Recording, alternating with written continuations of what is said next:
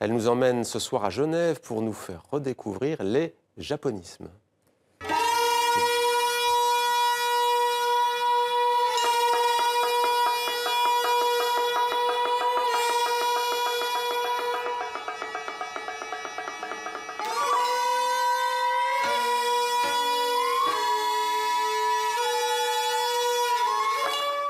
Et plutôt le japonisme. Bonsoir Estelle. Le musée d'ethnographie de Genève succombe au Japon de Madame Butterfly. Oui, le MEG nous propose un voyage dans ce Japon fantasmé, celui découvert par les Occidentaux au 19e siècle.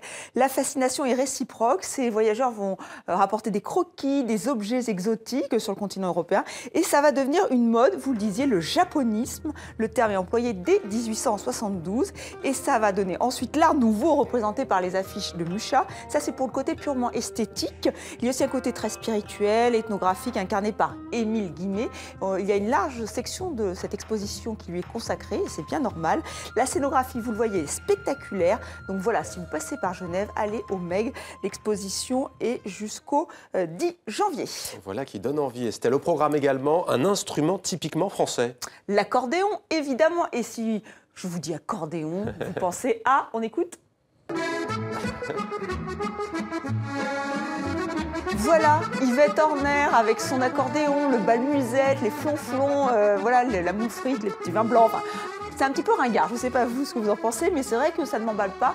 Et pourtant, j'ai tort. On l'a vu, l'accordéon peut être rock avec The Summer Rebellion, ce jeune groupe dont je vous parlais il n'y a pas si longtemps, mais ça peut être aussi lyrique. La preuve avec Fantasy Lyrique, sorti chez Sony Classicals. Un duo original, Paul Meyer, chef d'orchestre clarinettiste, et Pascal Conté, accordéoniste réputé.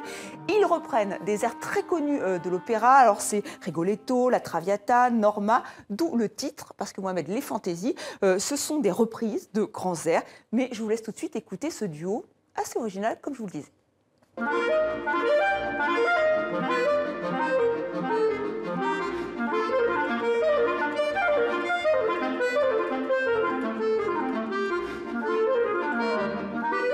Pourquoi l'accordéon? Pourquoi j'avais envie de ça? Parce que c'est un instrument harmonique, c'est un instrument donc, qui peut jouer l'accompagnement comme jouerait un piano par rapport à un échange musical. Donc c'est un instrument complémentaire. Les deux instruments peuvent moduler ensemble et de la même façon, un peu comme une voix le ferait, en continuité dans le développement du son. Et c'est ça qui fait que le mélange est complètement clair et fonctionne à merveille en fait.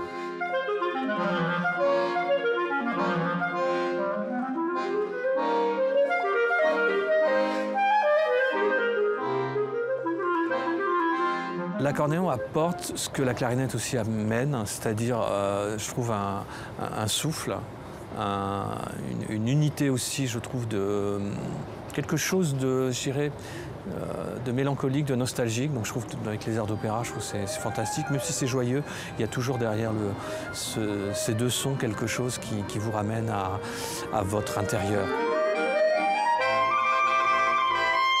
Le rapport avec l'opéra était logique dans le sens où justement il y a cette capacité d'émouvoir par le lyrisme de l'instrument.